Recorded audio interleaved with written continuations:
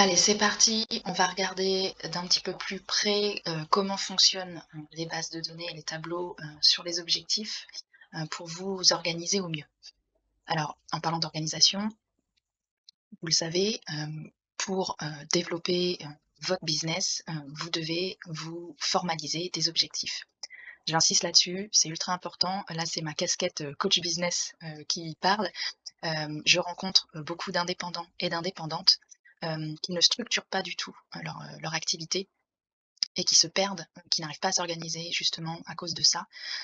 Si vous voulez développer votre business, le développer de manière sereine, pouvoir, vous maîtriser votre temps, le gérer exactement comme vous le souhaitez, vous devez absolument formaliser vos objectifs et celles et ceux qui me connaissent, ne seront pas étonnés que je vous parle d'objectifs SMART, spécifiques, mesurables, atteignables, réalistes et temporels.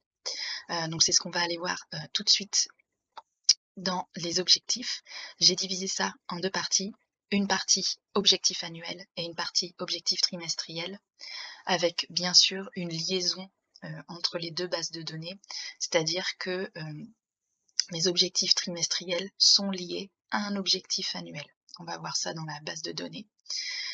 Pour créer un objectif annuel, je vais aller venir ici cliquer sur la petite flèche de droite, en haut à droite de mon tableau objectif annuel et je vais venir ici cliquer sur le template objectif que je vous ai créé, qui va m'ouvrir une nouvelle page, qui va être ma page objectif. On va dire que par exemple, un de mes objectifs annuels, ça va être, de générer, on va dire générer 50 000 € de chiffre d'affaires.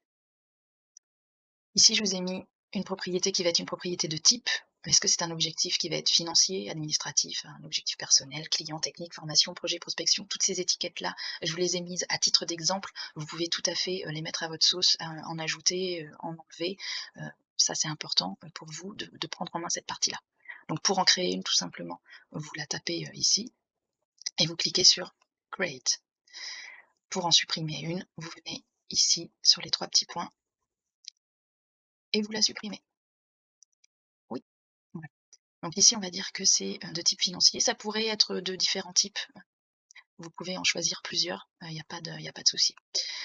Ensuite, je vous ai mis une propriété d'atteinte, c'est-à-dire que quand vous ferez le bilan, est-ce que cet objectif a été atteint? Oui, non ou partiellement.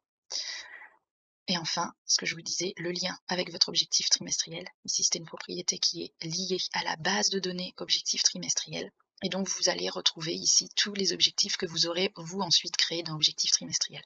Pour l'instant, je ne vais rien mettre moi ici, puisqu'il n'y a pas d'objectifs qui sont liés à cet objectif annuel financier.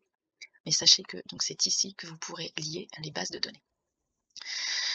On en vient au SMART. Donc, je vous le disais en introduction, très important pour structurer et développer votre business. Formalisez, mettez noir sur blanc vos objectifs. Je vous invite à détailler sous spécifique, sous mesurable, sous atteignable, etc. De détailler en quoi cet objectif est spécifique, en quoi il est mesurable, en quoi il est atteignable. Faites vraiment cet exercice-là. Ça vous permettra de voir si vous êtes dans les clous et si vous avez bien mesuré l'entièreté de l'objectif que vous vous fixez. On va passer maintenant aux objectifs trimestriels. Alors encore une fois, c'est un template, qui est issu de moi, la manière dont je m'organise à titre personnel. Si vos objectifs, sont plutôt mensuels ou semestriels, n'hésitez pas à changer ce template. Encore une fois, l'idéal, c'est de le mettre à votre sauce. Objectif trimestriel, ça va être le même topo. Je vais venir ici, créer un objectif avec le template trimestre que je vous ai créé. En cliquant dessus, une page s'ouvre et donc, ici, j'ai, la nouvelle page pour créer mon objectif trimestriel. Alors on va essayer de le lier avec nos 50 000 € de CA. Donc on va dire que c'est un objectif, alors on va virer tout ça.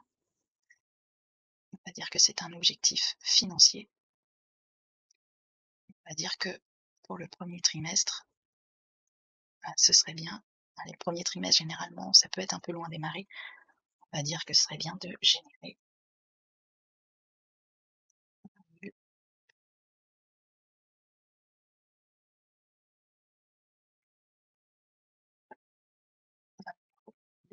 CA.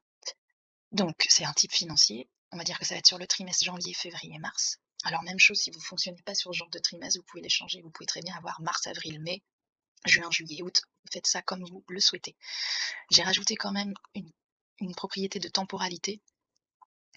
Là, c'est assez simple, on va dire que ça va être sur l'ensemble du trimestre, mais ça pourrait être très bien un objectif, sur lequel vous mettez un focus sur une quinzaine de jours ou seulement un mois, d'où l'utilité de cette propriété. Donc tout simplement, vous mettez, le début où vous devez, commencer à travailler sur votre objectif, vous rajoutez end date et vous venez mettre le dernier jour où vous souhaitez pour la que vous souhaitez pour la période, d'atteinte de l'objectif. La même chose au moment du bilan, est-ce que cet objectif a été atteint? Oui, non, partiellement, en cours. Là, il y a une relation aux tâches, donc on va y venir un petit peu plus tard.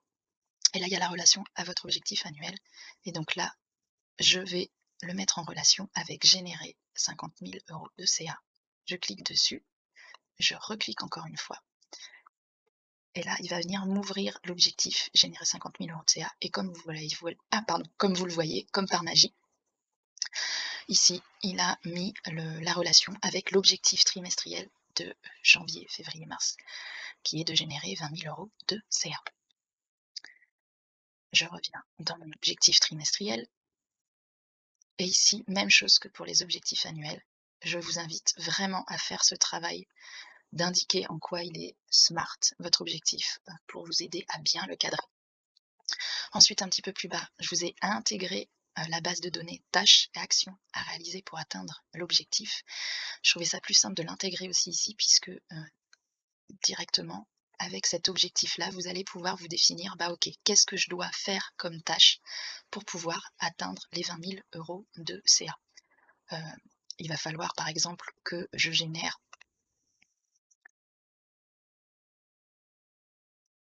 des rendez-vous clients.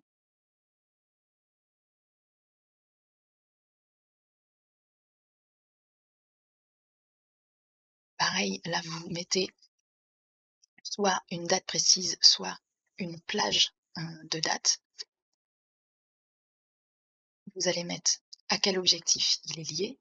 Donc là, on dira que ce sera généré aux 20 000. Là, je ne vais pas le faire parce que sinon, il va nous renvoyer sur l'objectif. Et puis ensuite, quand vous serez dans la partie 3 sur les tâches, je vous ai rajouté la propriété fait ou pas fait. Ça vous permet de voir, mais on va le voir un petit peu plus loin dans la to-do ou directement dans l'agenda, si vous avez réalisé cette tâche. Vous avez ici les détails de la tâche, si vous voulez mettre un petit peu plus de détails pour expliquer cette tâche qui est à réaliser. Je vais revenir quand même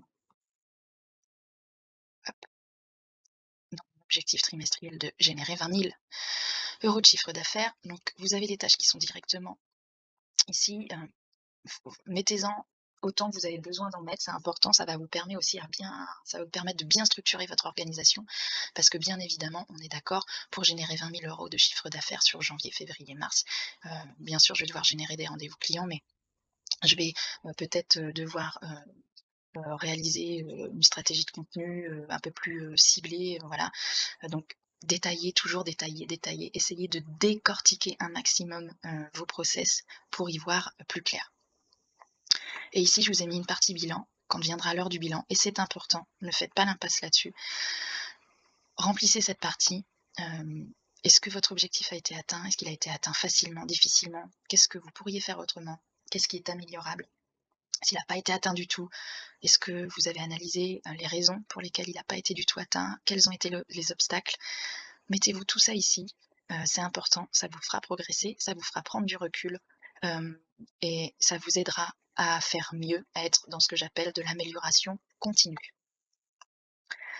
Je m'arrête là pour la présentation des objectifs, parce que je vais revenir un peu plus sur les tâches et la to-do, pour vous montrer vraiment comment utiliser au mieux ce template